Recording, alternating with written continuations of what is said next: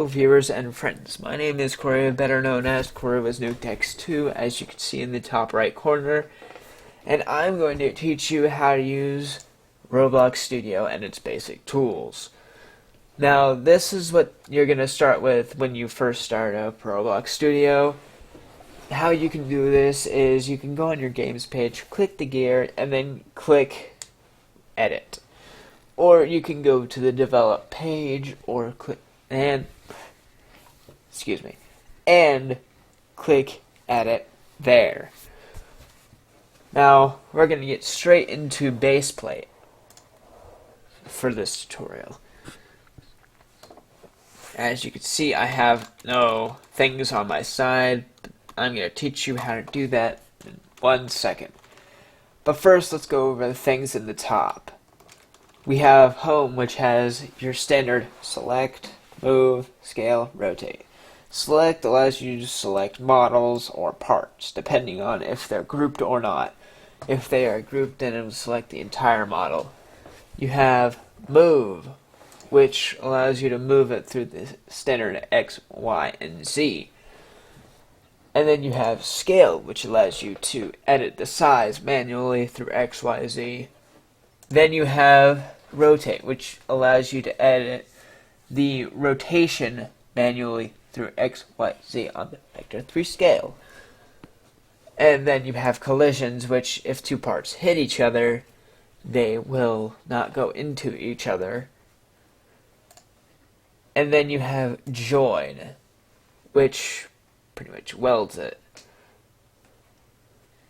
But anyway, that's done with that. We then have Toolbox, which has all the free models. These are my group models that I have so far. I'll get into how I made these later in the tutorials, and mostly the scripting tutorials, but we're not going to get into that yet. Part, which allows you to pretty much make parts, and I don't know what to say else about that. There's going to be a little drop box. You can't see it because I have window capture. There's a block, sphere, wedge, and cylinder in direct correlation to what you will see from top to bottom. And then there's material, which allows you to change the material of the selected brick. If you don't select your brick, it won't do anything. So make sure you select your bricks. And also the color is the same thing, except with color, brick color. You have terrain, which is pretty much the same as this, which allows you to generate mountains, or you can make your own mountains if you're feeling lucky. Or you could just paint the terrain, make it look like mountains, or you could make mountains yourself, or make valleys, or make hills. Then we have the standard test, which is play and stop.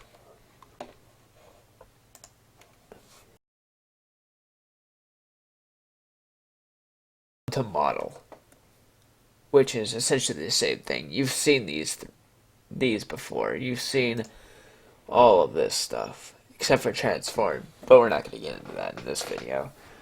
We have 3 little scales here.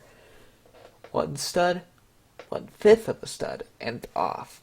1 stud allows you to move things by 1 stud, which are these little blocks you see here. 1/5 of a stud is 1/5 of those. And off means you can just edit it however you want. Part, you've seen that. Material, you've seen all of this. Effects, which shows explosion, fires, and point lights, smoke, sparkles, spotlights, surface lights, particle emitters, also a drop box. Oh yeah, by the way, these things are also drop boxes. And then you have all of these spawns. All of these spawns. And then you have advanced objects, which is all of this stuff that you see here. Fire, folder, force field, dialogue. Anyway, we're not going to get into that in this video. Model, which pulls up a thing that allows you to pull out models from your computer that you have installed. We're going to get to that later as well. We have service, which creates a little Dropbox, which you can insert teams and test services to. You have script, local script, and model script, which allows you to, put scripts into the selected model or part or instance. Terrain, we went over this in the home and test, which allows you to run script tests and run tests on the game as a whole. We then have pair device, which allows you to pair mobile devices, and that's pretty much what clients and servers is about, but we're not here to deal with that. Choose device, which allows you to choose the device for emulation that you would like. You have mute, which cancels out all the audio.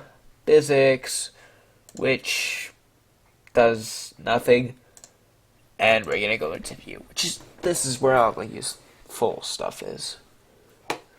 You have Explorer and Properties. This is the stuff I use. But if you're feeling choosy, you can use the Toolbox. I may or may not teach you how to use the Toolbox. Actually, I will. There's a little Dropbox that'll appear with decals, meshes, models, group decals, group meshes, and all that stuff. I'm going to group models. And by relevance, this is what shows up. And this is the group that I'm the leader of. And also just my group in general. Here we have Box Monitors IV and Learning Emoji Potion. That was made by Matthias. But that's if you're feeling cheesy. In one of these tutorials, I'll teach you how to use the box spawners. That'll be pretty soon. But we're going to continue on. Display axis, which allows you to display the axis in the bottom left corner, as you can see. It's pretty cool. Then you have full screen, but I'm not going to do that considering window capture. Screenshot, which allows you to take screenshots and you can edit them in GIMP or whatever Photoshop software you use. Video record, which I'm not using because it doesn't capture voices. And, well, it just captures you in Studio. Not much you can do with that.